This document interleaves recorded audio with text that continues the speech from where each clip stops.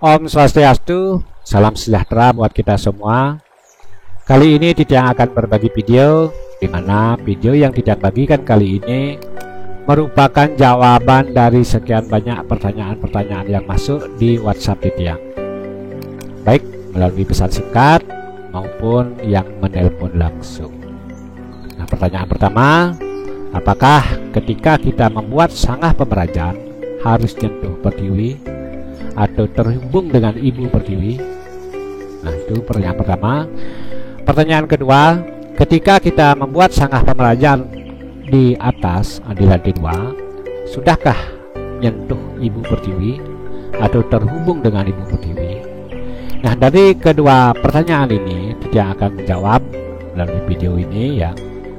Jadi pertanyaan Titiang sangat sederhana, di mana jawaban Titiang ini merupakan hasil pemikiran Titiang secara logika. Titiang gabungkan dengan pengalaman-pengalaman Titiang selama mengerjakan proyek ya, proyek sanggah khususnya dari tahun 1992 sampai saat ini. Nah, kemudian Titiang juga menggabungkan jawaban Titiang ini ya dengan artikel yang Titiang adopsi dari sumber terpercaya. Nah, itu.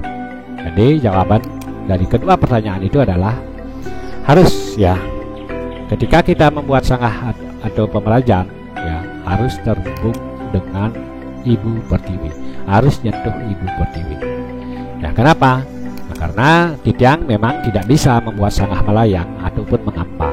Itu jawaban sederhananya. Oke, nanti akan Titiang jelaskan secara lebih detail jawaban yang sederhana tadi. Nah, kemudian yang nomor 2, apakah ketika sanggah itu berada di lantai 2, berposisi di lantai 2, sudahkah nyentuh pertiwi atau terhubung dengan ibu pertiwi? Titiang jawab sudah ya. Nah, jadi pertanyaan tadi sudah Titiang jawab dengan sederhana. Nah, sekarang Titiang akan menguatkan pendapat Titiang, jawaban Titiang ya. Tentu pendapat Titiang itu mengacu kepada pengalaman, mengacu kepada pengetahuan ya, cara pandang, dan yang terpenting adalah mengolaborasikan dengan materi yang Titiang adopsi dari sumber terpercaya. Nah, sebagai bahan penguat untuk menguatkan pendapat ya, jadi Titiang akan menampilkan beberapa contoh proyek yang pernah Titiang kerjakan. Oke, salah satunya ini ya, salah satunya proyek seperti ini. Nah, kalau sanggah pemerajan di bawah yang seperti ini sudah sangat sering Titiang kerjakan ya. Dari tahun 1992 sampai saat ini sudah banyak, tidak bisa Titiang hitung ya. Jadi sudah lumrah seperti ini. Nah, secara kasat mata bagi kebanyakan orang ya, orang awam pun melihat bahwa sanggah ini sudah nyentuh ibu pertiwi, sudah terhubung dengan ibu pertiwi secara kasat mata ya. Nah, sudah. Nanti kebenarannya seperti apa, pertiwinya seperti apa yang masuk dengan ibu pertiwi nanti akan Titiang jelaskan. Nah, kemudian contoh yang kedua ya, contoh yang kedua Titiang akan perlihatkan. Nah, ini proyek sanggah khususnya ya, yang seperti ini, yang berposisi di lantai 2 seperti ini, sudah sering juga Titiang kerjakan di lantai 2 ya. Sudah sangat sering ya, tidak bisa hitung juga karena terlalu banyaknya ya. Nah, jadi ketika Titiang mengerjakan proyek di lantai 2 seperti ini, ada juga yang menginstruksikan ya, owner ya, pemilik menyuruh atau mengisi pipa paralon seperti ini ya, pipa paralon seperti ini. Kemudian pipa ini letaknya bukan di luar ya, ini cuma mempermudah saja, letaknya di dalam. Nah, kalau Titiang pindahkan ya, kalau Titiang pindahkan pipa ini, letaknya di sini di bawah kemulan biasanya ya, diletakkan di bawah kemulan. Ini sesuai dengan instruksi dari permintaan dari owner, pemilik ya. Nah, katanya harus, karena di tengah pipa ini ada tanah ya, diisi tanah. Ada yang menyarankan, yang menyuruh memasang pipa kemudian dalamnya isi tanah, tujuannya katanya agar agar sangah ini terhubung nyentuh pertiwi seperti ini ya. Ada juga yang menyuruh ya membuat kotak dengan batako. Di tengah kotak batako itu kemudian diisi tanah, diuruk ya sampai ke atas. Dari lantai 1 diisi tanah. Tujuannya sama seperti ini, agar nyambung katanya tanah itu. Ibu pertiwi itu nyambung di atas, karena pengetahuannya adalah ibu pertiwi itu harus nyambung seperti ini dianggap ibu pertiwi ya. Jadi salahkah itu? Tidak, itu tidak salah, itu sesuai dengan keyakinan dan paham. Oke, jadi Titiang kapasitasnya di sini waktu Titiang mengerjakan proyek seperti ini adalah sebagai pekerja, sebagai kuli ya. Apapun permintaan owner tentu Titiang harus menuruti, terlepas dari salah dan benar ya. Jadi ini tentang keyakinan, kita tidak bisa menolak ini. Jadi harus kita kerjakan sesuai dengan permintaan pemilik, permintaan owner. Jadi Titiang juga sering mengerjakan proyek seperti ini. Nah, kemudian Titiang akan memperlihatkan contoh lagi. Ini contoh rumah yang ada sanggahnya di lantai 2 ya. Nah, proyek seperti ini juga sangat sering Titiang kerjakan. Nah, jadi sama-sama di atas ya. Cuman bedanya tidak ada instruksi, tidak ada permintaan khusus untuk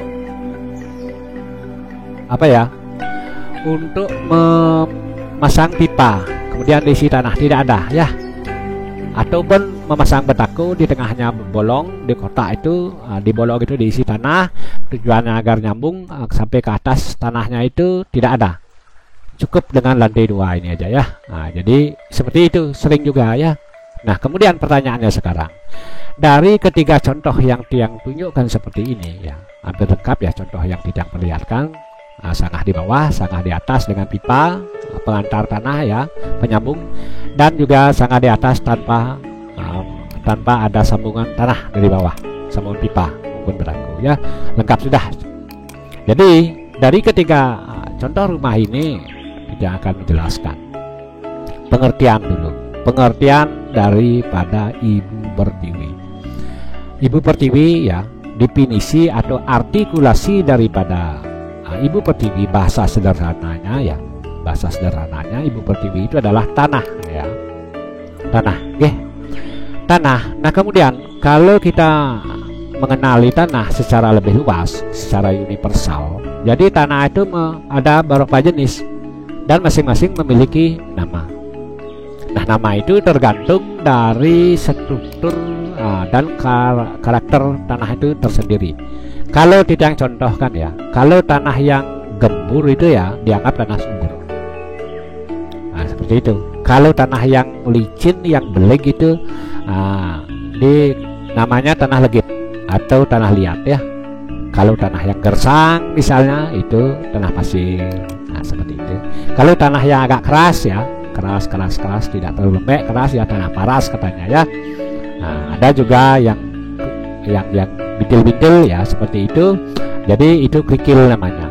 Kalau yang gede, bulatnya gede, keras, itu batu ya.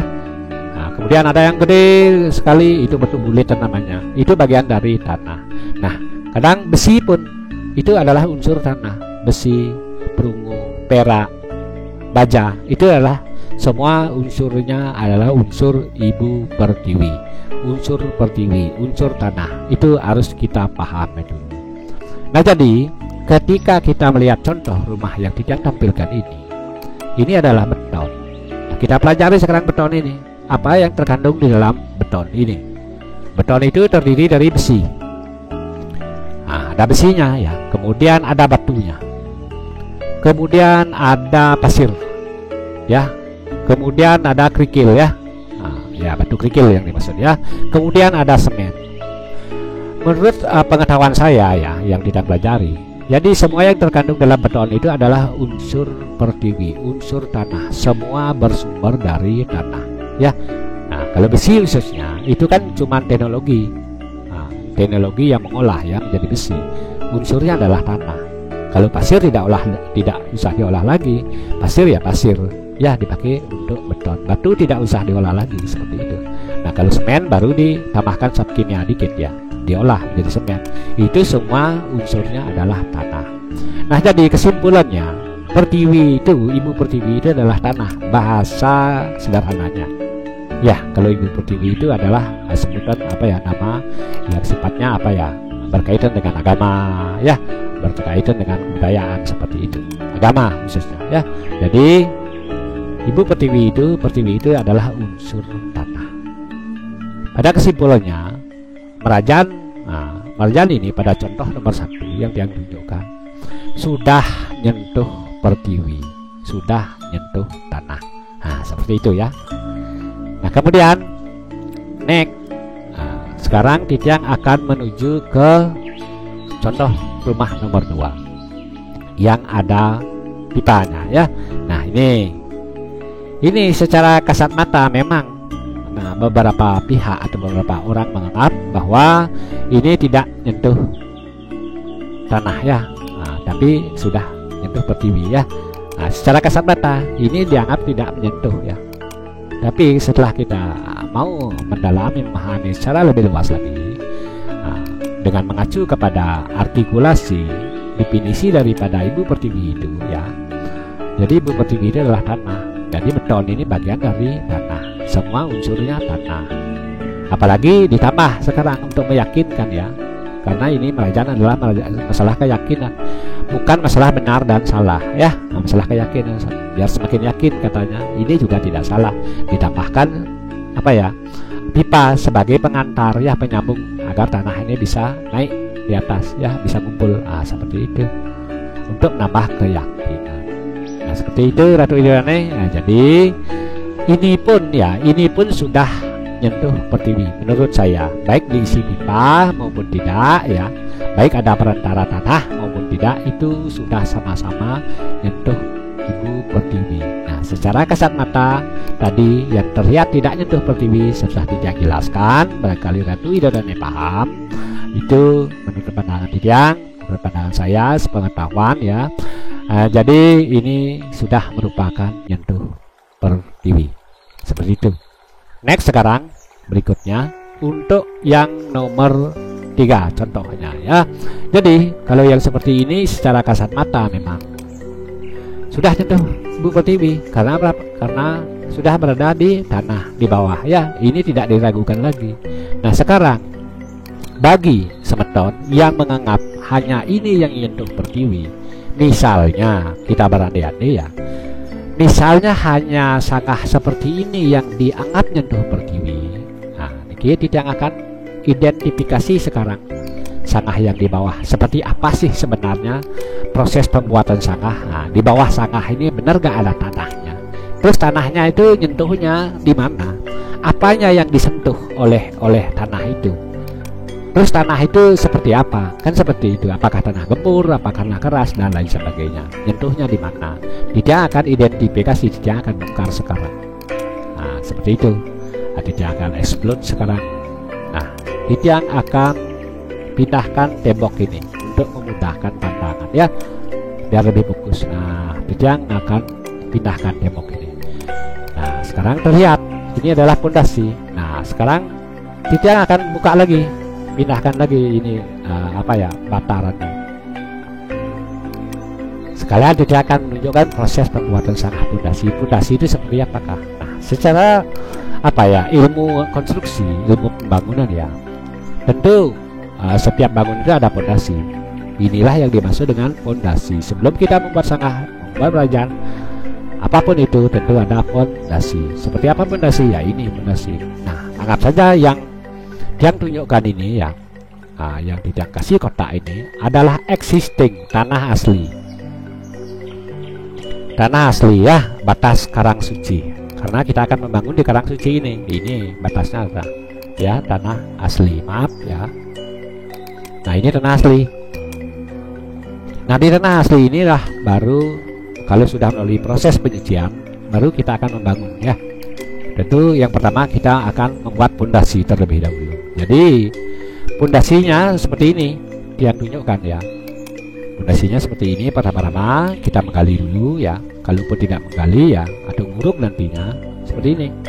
Pertama-tama itu namanya lantai kerja. Kalau kita menggali, gali dulu, kemudian kita buat lantai kerja. Di atas lantai kerja itu ada plat, ya. Kalau bahasa nasionalnya itu tapak kaki, ya, ataupun cakar ayam, sama aja, ya. Nah, kemudian ini mana yang dimaksud dengan tapak kaki?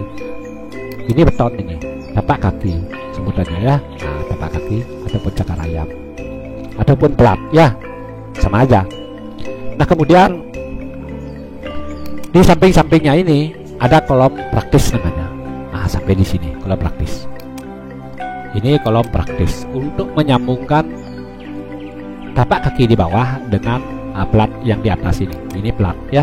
Nah, kemudian di tengah-tengahnya ini adalah batu. Batu, ya, batu kali boleh, batu bata boleh, ya. Nah, seperti itu bentuk dari pondasi. Nah, bahan pondasi ini tentu apa? Batu. Kalau ini ya batu. Kalau ini ada di beton ini apa ya? Pasir, semen, kerikil, besi.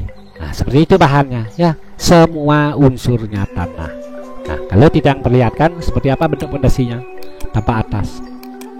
Ini tanpa atas pondasi yang pindahkan dulu setengahnya, merajamnya, ya. Nah, ini, nah seperti ini pondasinya, ya, seperti kubus. Nah, unsur daripada pondasi ini adalah semua berunsur tanah atau pertiwi, batu, batu kali, besi, pasir, semen. Nah, seperti itu semua berunsur dari tanah atau pertiwi. Nah, kemudian setelah pondasi itu selesai, barulah dipasang atau ditumpuk sangah, bataran sangah dan bungan sangah. Nah, kemudian setelah ini jadi, ya, pondasi itu jadi, baru dipasang ini. Singkat cerita kita nguruk, ya. Kita nguruk. Nah, di sini sekarang kelihatan. Ketika kita nguruk, anggap saja ini tanah. Oke, anggap saja ini tanah, tidak akan ubah warnanya ini menjadi warna tanah saja, ya, biar lebih apa ya? Lebih mudah dipahami. Anggap saja seperti itu. Oh. Nah, ini kita anggap saja tanah ini. Anggap saja tanah gemur, tanah uruk, ya. Nah, pertanyaannya sekarang, yang dimaksud dengan nyentuh pertiwi, mana yang dimaksud dengan pertiwi itu nyentuh, ya? Sangahnya, sangah bagian apa disentuh oleh pertiwi? Tidak ada. Kalau anggapannya hanya tanah subur, tanah uruk, tanah gemur yang dianggap pertiwi, apanya yang disentuh? Oke, kita sepakat dulu, kita anggap aja sependapat dulu, ya, bahwa ibu pertiwi itu, tanah itu adalah yang dimaksud dengan ibu pertiwi itu adalah tanah uruk, tanah gemur, atau tanah subur, atau tanah-tanah yang bagian atas. Nah, seperti itu, ya. Kemudian cek dan recheck, ya, mana yang menyentuh, apanya yang disentuh, bagian apa, bagian sangah yang mana yang disentuh oleh ibu pertiwi. Kalau kita menganggap bahwa sangah yang di bawah ini sudah tersentuh secara kasat mata, jadi kita tidak bisa membuktikan bahwa apa ya, sangah ini sudah menyentuh pertiwi. Kalau asumsinya bahwa tanah ini apa, pertiwi itu adalah tanah yang subur, tanah bagian atas, seperti itu. Jadi terbukti di sini yang disentuh adalah beton, yang disentuh adalah beton, ya, batu, semen. Nah, seperti itu. Ini unsur pertiwi. Cuman sifat dan bentuknya berbeda. Unsurnya sama, bentuknya berbeda, karakteristiknya berbeda, strukturnya berbeda. Sama-sama tanah. Kalau ini tanah gemur namanya, ya. Kalau ini tanah padat atau tanah keras. Ada batu, ada unsur besi, sama-sama, ya. Jadi pada kesimpulannya, kalau kita pelajari lebih dalam, bahwa yang dimaksud dengan nyentuh itu, kalau anggapannya tanah subur atau tanah yang bagian atas adalah apa ya, ibu pertiwi, jadi sudah terbantahkan, ya, sudah terbantahkan oleh teori ini, oleh apa ya, yang telah ditunjukkan ini. Jadi pada kesimpulannya, sudahkah menyentuh? Sudah, benar, sudah. Cuman yang menyentuh sangah itu tidak tanah subur, tidak tanah gembur, yaitu beton. Apa bedanya? Sekarang kalau kita bandingkan dengan ini, Sangah ini, bataran sangah ini nyentuh dengan beton. Mana betonnya? Ini beton. Ya, apa bedanya dengan sangah yang di sini? Ini kan juga beton yang nyentuh. Ya, nah kalau tidak tunjukkan, ini sangah ini juga nyentuh beton. Ini beton, cuman beton yang lebih lebar, kan begitu. Sama juga dengan yang ini. Sama juga dengan yang ini. Sangah yang ini, apa bedanya? Sama, cuman apa ya, bentuk daripada tanah itu berbeda, sifat dan strukturnya berbeda. Artinya kesimpulannya, ketiga-tiganya ini, sangah ini sudah nyentuh berdiri dan harus nyentuh berdiri, nyentuh ibu berdiri, nyentuh tanah. Itu jawabannya untuk menguatkan argumentasi Ditiang. Ya, sesuai dengan pengalaman yang Ditiang lakukan di lapangan, baik yang pelajari ya melalui apa ya, sumber terpercaya ya, artikel, maupun cara pandang Ditiang. Nah, bagi Ratu Widyodane yang memiliki cara pandang yang berbeda, itu adalah hal yang wajar, karena memang itu sah-sah saja ya. Baiklah Ratu Widyodane, semoga saja video tutorial Ditiang ini bisa dipahami, bisa bermanfaat buat kita semua. Barangkali ini bisa menjadi sebuah referensi nantinya ketika Ratu Widyodane sedang membangun sangah, dan ketika yang sudah membangun sangah baik di lantai 1 maupun lantai 2. Nah, jadi ketika ada yang masih khawatir dengan tidak nyentuh atau sudah tersentuh, terjawab sudah. Kesimpulannya Ratu Widyodane barangkali sudah bisa menyimpulkan ya, menyimpulkan dari semua video yang Ditiang tampilkan kali ini ya. Pada intinya, baik sangah yang berada di bawah maupun di atas sudah sama-sama nyentuh ibu berdiri. Yang membedakan cuman ketinggian saja. Nah, seperti itu, level saja yang membedakan. Nah, sekarang khusus pembekas kepada para wikan Ring Sejeroning Agamo, Ring Sejeroning Bangunan Bali, tetap Ditiang lungsur tuntunan ya. Dan juga Ditiang mohon maaf jika ada kekeliruan dalam penyampaian tutorial ini, dan khusus kepada Ratu Widyodane, pemirsa semuanya. Jadi semoga saja video ini bermanfaat, bisa menjadi referensi bagi yang akan merencanakan membuat sangah. Jangan lupa Tiang Lunas mohon di like, di subscribe, dan juga di share.